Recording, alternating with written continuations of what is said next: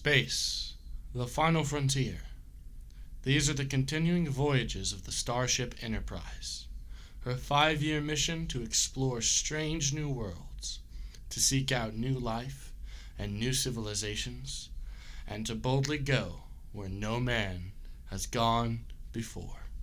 Hello, everybody, and welcome back to Off the Record with Judah and Kirk. Today, as you may have guessed, we are going over Star Trek II, The Wrath of Khan. So that beautiful introduction from Judah was Spock's rendition of the famous couple of lines in the end of, Wrath of Khan. Usually it's the intro, but... This was the outro, basically. Very good one. Yeah. But I guess some overall...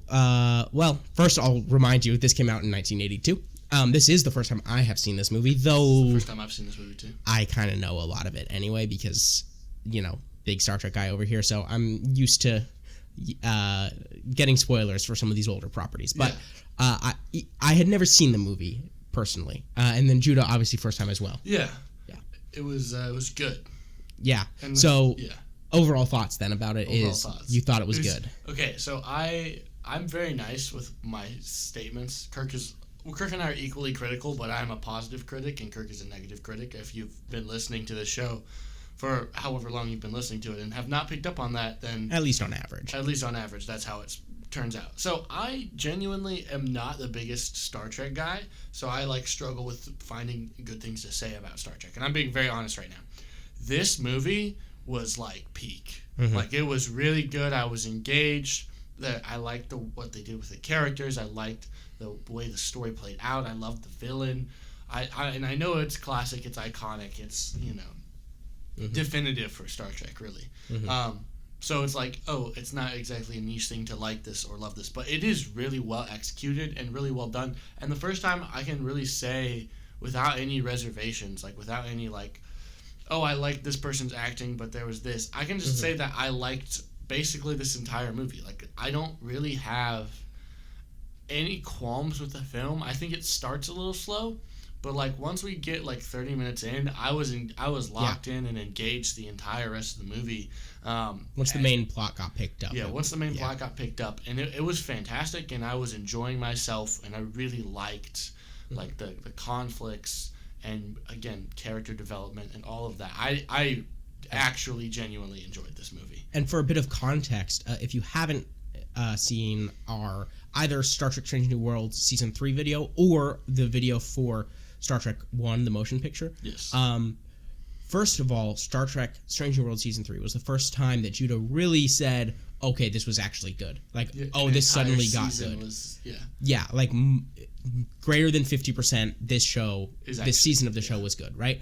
Now, that was with a lot of points of, no, this wasn't good. Yeah. There were full episodes in there that weren't very good, and then there were still points in pretty much every episode that Judah didn't think was great. Yeah. And I don't entirely agree. I definitely come at Star Trek from a more positive light, but I can absolutely see where those kinds of reservations come from. But again, this was just good all the way through, right? There weren't it was really good, but this 10-minute segment in the middle was bad or anything like that. And then for our motion picture one, a big thing that we said was not very helpful for that movie is, first of all, it was the first movie in the series. Yeah. Right? So they're trying to figure out what they're doing. With this one, now it's the second one, right? They figured out a lot of things. A big problem that we had was, this is really just a long episode of Star Trek. Yeah. But this movie felt like it was actually a movie. Yes. They got the pacing down. They got the plot down that they needed to fill the time slot of just under 2 hours of a movie, right? Mm-hmm. Where they didn't quite have that for the first movie. This is true. And then another problem that we had as well was, and it's probably to do with the fact that we watched the director's edition or something like that. Yeah. There were just a lot of scenes that were very, very long of just the Enterprise flying somewhere. And nothing was happening, and it took a while for the plot to actually pick up and all of that. That wasn't a thing in this. There were a couple of scenes, a few. Most of them, again, early on, that was just, okay, we're going to watch the ship leave space dock, for example. Yeah. But those were quite short, relatively speaking. Compared and to, it was also interspersed with a couple of moments on the bridge of like actual stuff happening, right? So a lot of the problems that we've had with, say, Strange New Worlds, which is among the better recent Star Treks, and with the first Star Trek movie, a lot of those problems have actually been resolved by the point of this movie. So for a little bit more analysis about that, make sure you guys go back and watch our Strange New Worlds videos and our motion picture video. But yeah, I also like the movie. I guess to give my overall thoughts, it was really good. I have basically the same opinions about this as Judah does. Honestly, it's quite good. Yeah. So Judah, maybe getting a little bit more into the plot of this. We don't want to just actually tell you every single plot beat that happens, but the overarching story, Judah. The thing I will give this movie points for is that I actually remembered the plot, and I can I can tell you like two things about the first motion picture, which is that it has to do with robot machine thing, and it nearly exploded Earth, and that's all I got. And I don't remember anything else that happened. V'ger, I do remember that. Before I dive into, I remember it because I knew the plot going into it. So good for you. Before I dive into my little plot summary, if you haven't already, hit the subscribe button. If you like what we're talking about here and our thoughts, or if you don't like it, give us a like or a dislike, and leave a comment with your thoughts on Star Trek II: The Wrath of Khan, or anything Star Trek related, whether that's recommendations for watching or reading or anything like that. We really would appreciate those. But diving into plot summary, we have our little crew. This is what we open up with. We have our little training crew that is being led by Captain Spock. They're going to be the next crew of the Enterprise. They go through I don't forget the name of the test. Kobayashi Maru. The Kobayashi Maru test, and this lady fails. Saavik. She's in the movie. I don't really know her that much, except for two things that I noted about her, but we'll get to those later. So she fails that. We cut to the Reliant. Is that the name of the ship? I believe so. Which has... I keep mixing up Reliant and Defiant, but Defiant is from Deep Space Nine, so it's Reliant. Yeah. Which has Chekhov? No. Chekhov, I believe. Chekhov and the captain, who what's the captain's name? This is, I believe, just a new one-off character. I at least am not very familiar, but I believe that was Terrell is all we got, at least according to the IMDb page. I just see Terrell. That's probably how you say that. Terrell. Yeah, probably. So Terrell and Chekhov go answer a distress beacon on this planet that they think is one planet, but turns out to be another planet. Yes. Where they come across what remains of the crew of the Botany Bay, which is led by Khan and the descendants of his crew. So this is Khan Noonien Singh, the greatest Star Trek villain of all time. Relation to Lon Noonien Singh, one of the flattest characters of all time. So which I didn't. I guess I knew, but I never entirely put together that one episode of Strange New Worlds where it's a time travel episode for Lon and different parallel universe Kirk. Yeah. And then like they fall in love and all that, and it's like, oh wait, hold on, like Kirk's worst enemy, Khan Noonien Singh, his descendant, who is still alive probably after she is they're all lovey-dovey with each other. Yeah, it's interesting. That is very interesting. I kind of knew, I knew Noonien Singh, and I knew it was related, and they kind of talk about it a little bit in the show, but I never was really like, oh yeah, that's Kirk's number one most hated enemy. Yeah. Kirk's biggest op. Exactly. Yeah. And this does, by the way, I'm 99% sure that this is kind of picking up from a plot line that was left off in the original series, which we have not seen. We will eventually go back and watch that as well. We will. So we'll update you at such a time that we actually go and do that. But I think that this is continuing off from that, which I guess is something for us to look forward to, because this is a great villain, absolutely. It is a great villain. We like Khan. Khan is great. But coming back to Earth, we get Kirk and some other high-up officers that are part of the original Enterprise crew, on board the Enterprise. They're on their little training routine. We cut to Requiem 1, I think, was what the planet was called, where they were working on the Genesis project, and they get a call from the Reliant, and Chekhov. It's like, hey, Kirk's given us orders to take all of your stuff. And they're like, what? Everything you have on Genesis. Yeah, everything you have on Genesis. And they're like, no, actually. So the Carol, I think is her name.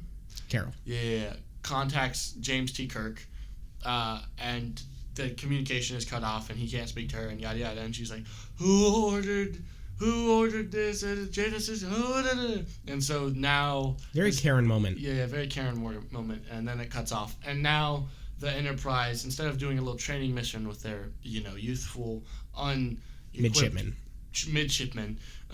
they have to go on an actual mission. So Kirk takes command. They fly to the thing. They're intercepted by Khan's ship, which I don't know is Khan's ship yet. It doesn't have shields up, but it flies directly towards them, and them, like idiots, don't put their shields up. So they get shot. A bunch of people get burned. Conflict back and forth, yada yada. Badass monologues from Kirk and Khan. Yeah. We kind of, that interaction happens, and they get to Requiem, or whatever that planet's called. Correct me in the comments. I believe it was a space station orbiting around a moon. Yeah. So called something like something or other. And so they get there. They find that these people have been slaughtered, like the crew of the Genesis, the people working on the Genesis project. Yeah. And then they find that they've been teleported into the moon, and so they get teleported in there. But then Chekhov and Terrell. Yes. Terrell. Yeah. So when they get to this station, there's Chekhov and Terrell. Terrell. Captain of the Reliant are there, and we are told that I guess it was the crew of the Reliant was beamed down onto, I guess I'll just say it was Ceti Alpha 5, where Khan and all of his peeps were left for a time, so that's where all the crew went there. That's why they have the Reliant to themselves. At this space station, most of the crew on this space station, these scientists, have been killed. But two people, that is Carol and Carol's son David, they beamed themselves over to like inside where they had done a test of the Genesis device, just in like a very large cavern in, I think it's the moon that they're orbiting. I think so. Or at least something very nearby, because this is not the Kelvin timeline where you can beam across light years. Yeah. You got to be pretty close by to where you're trying to get to beam in the real world of Star Trek. The real world. So they're down there, but yeah, that's where it's Captain of the Reliant Terrell. We're sorry. It's probably Terrell. And who was it? Was it Chekhov, that's right. Yeah. Also went down with them, but this whole time they've still been under the sway of Khan. Though it's obvious to us, somehow it wasn't obvious to Kirk and crew. I don't understand how they wouldn't have noticed. Honestly, it's probably just like because it's the 80s and they got to make it a little too obvious. I don't know, but yeah, they're down there, and that's when what you were about to say, I think, is where Terrell, Captain, is ordered by Khan to kill Kirk, but then he doesn't, because it's offs Kirk. Himself. Yeah, and so he kills himself instead, and then the little bug thing slithers its way out of Chekhov's ear, because I guess it realized that it would probably have the same fate, I guess. That's really weird and existential in some way. And then the stuff from the Genesis project is beamed onto the Reliant, which is being captained by Khan at the present moment. Yes. And then they're think they're stranded there because it's the Enterprise isn't going to be ready for 6 days. But then it turns out after, they were, Kirk and Spock were very obviously speaking in code. Yeah. Some people are just dumb. Also, Kirk has a heart-to-heart with his lover, Carol, and basically is like, oh yeah, that kid, he's from about the time when we had a relationship. Oh, that's my son. And the son does not know that. But I think he finds that out at some point. I don't remember when, or that's just at the end. At the end of the movie, they know, but I don't know exactly when in the movie it happened. Yeah. But it was a Kirk, you are my father moment. Yeah, I guess. basically. It was pretty good. But then they get beamed back to the Enterprise. They go, they hunt down Khan, battle ensues, and absolutely rip up Khan's ship. But Khan has one last dastardly We learn ploy. even further about how every single Federation starship has consoles made of rocks. They do. Because every single time a console explodes, it's just rocks. It's crazy. Don't question it. Something's going on in engineering. There's radiation. It almost kills Scotty. Khan has one last dastardly ploy. sets off the Genesis thing. They can't go to warp because of what's going on in engineering. So Spock takes one for the team, and fixes it, and then dies of radiation poisoning like a little bitch. And pretty much. There's a nice heartfelt goodbye between Spock and Khan, as they both dramatically slump to the ground. Kirk.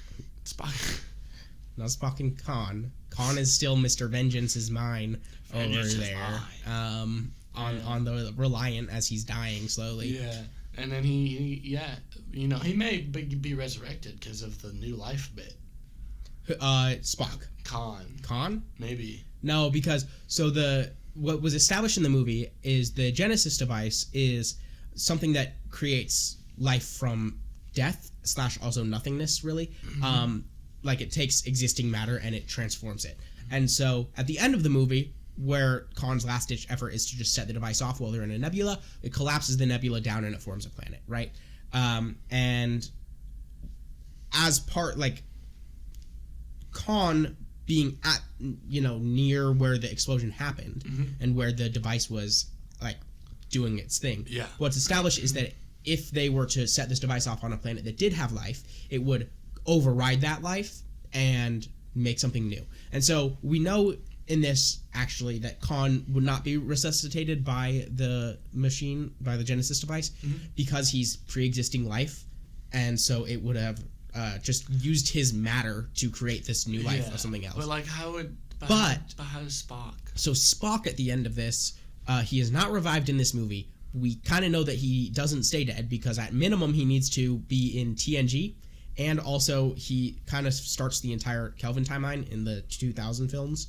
So he can't stay dead, at least. Yeah. And that's where we leave off this movie, is they shot his little funeral. His funeral. Yeah, they do play Amazing Grace on the little. I know, it was so good. The I guess in seafaring tradition is you take the coffin and you just like put it overboard, and like you get buried at sea. Well, the space equivalent of that is we shoot you out through a torpedo. Like we put your body in a torpedo casing and then we shoot that out. Snaps. And so they did that, and his torpedo pod landed on the planet that was just made.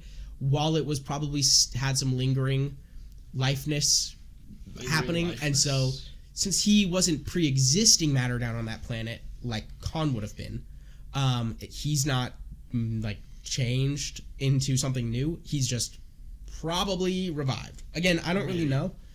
It doesn't happen in this movie. Yeah. I've not seen these movies before. The next one is called Search for Spock. So also we kind of know that he's alive from that. Yeah, because they're searching for him. So I guess spoilers, but this really shouldn't be spoilers. So it's an old movie. It's an old movie, and there are so many signs saying that he does not stay dead. Fantastic. Anyway, good movie. That's the plot. Highly recommend. Khan's a great villain. In what I would do with Star Trek if they gave me the reins, I would do a lot of stuff more like this. I think there are. I have great news for you. You have great news. You love the villain of Khan? I do. Well, first of all, when we go through the original series, I'm pretty sure we'll see him again. Yeah. We do have some more showings of the Genesis device. You already saw one of them in Lower Decks. I did. It was probably season 2 or 3 or something like that. Whatever the last one we did, I believe. Yeah. So we had a little bit of that, and it keeps jokingly showing up in a billion other places too. I think they have not that you'll ever know this, but audience, Locarno in season 5 of Lower Decks also has one and basically does the same thing to a nebula, like just straight up ripped from this movie. I'm pretty sure that happens. You have no idea who Locarno is. That's a fun one that we'll have to get into through Voyager and Lower Decks and TNG even probably coming up in season 3. Yeah. But that's an interesting one. And then, most importantly, is there was a recent audio series that was released on YouTube by Paramount that is Star Trek Khan. So it's just an audio series set before the events of this film, and probably before the events or during the events of whatever happened in the original series. Again, I don't really know. But it has a couple of interesting characters that are coming back for it. They got the guy who, Tim Russ, the guy who plays Tuvok in Star Trek Voyager. Yeah. He's in this because we got a flashback in that show about how he was on one of these ships at this point because he's a Vulcan, so they live very long. Yeah. So he's part of that. It's an audio series. I was waiting to show it to you until after we watched this because, like, I might start listening to it. Yeah, made very recently. But do tell us if sooner rather than later you want us to cover that, because we could kind of go through watching some more of these things, getting acquainted with Voyager, so we know Tim Russ is Tuvok and some other things before getting into that. Maybe even watching the original series up to the point of whenever Khan happens in the original series. Yeah. Or, do you want us to just cover it? Because it's kind of a more recent thing, and just kind of get to it immediately. Yeah. Would be very interested to hear your thoughts on that. But I'm excited for whenever we do talk about that, because this was a great movie. Yeah, and this is a great villain. So. Fantastic. Yeah. But yeah, no, I know we will see some things that are more like this. Yes. I know. My having gotten this so far into Star Trek right now. I say so far. I barely scratched the surface. It's still 20% of the material that has been released for this universe. If that. But my expectation is that my socks will not be blown off very frequently. My socks were blown off by this movie. Yeah. So I'm going to appreciate when that happens, And I'm excited to get into the Search for Spock as well. Yeah. Since these are kind of easier to cover because it's just one movie, we'll probably get to that pretty quickly here. Yeah, but I don't think I know the plot for that. Yeah, I don't know what's going to happen after this movie. Yeah, as much as I was very much spoiled for movies 1 and 2. 3 through 6, we don't know what's going on. Yeah, I kind of don't. Maybe a couple of things, but... And then we have the TNG movies. Those are not very good. Okay, interesting. All right, ranking before we leave. I'd say... overall, in terms of all the Star Trek things we've covered? Well, this is the best, clearly. I guess of all the things we've covered, this is like a 9 out of 10. Very, very high on the list. Yeah, it's a 9.5 out of 10. It's really, really good. Of all Star Trek that I have seen in my entire life, it is still very high on the list, but maybe not the highest thing on the list. Doesn't change my ranking of 9.5. Yeah. This is genuinely so good, y'all. This is the best thing I've seen Star Trek. And we remember characters' names. Unlike last time when we couldn't remember Decker's name, and then when we thought we remembered it, we were actually saying Dexter. Which is hilarious. The only problem we were having was Terrell. Paul Winfield. Terrell. Good job, bud. All right, anyway. Good morning, good evening, good night. Special beverage shout out. Last time I said water, I'm going to say it again because I'm real sick. Just drink some water. Drink some water. With that being said, God bless and bye-bye. Bye.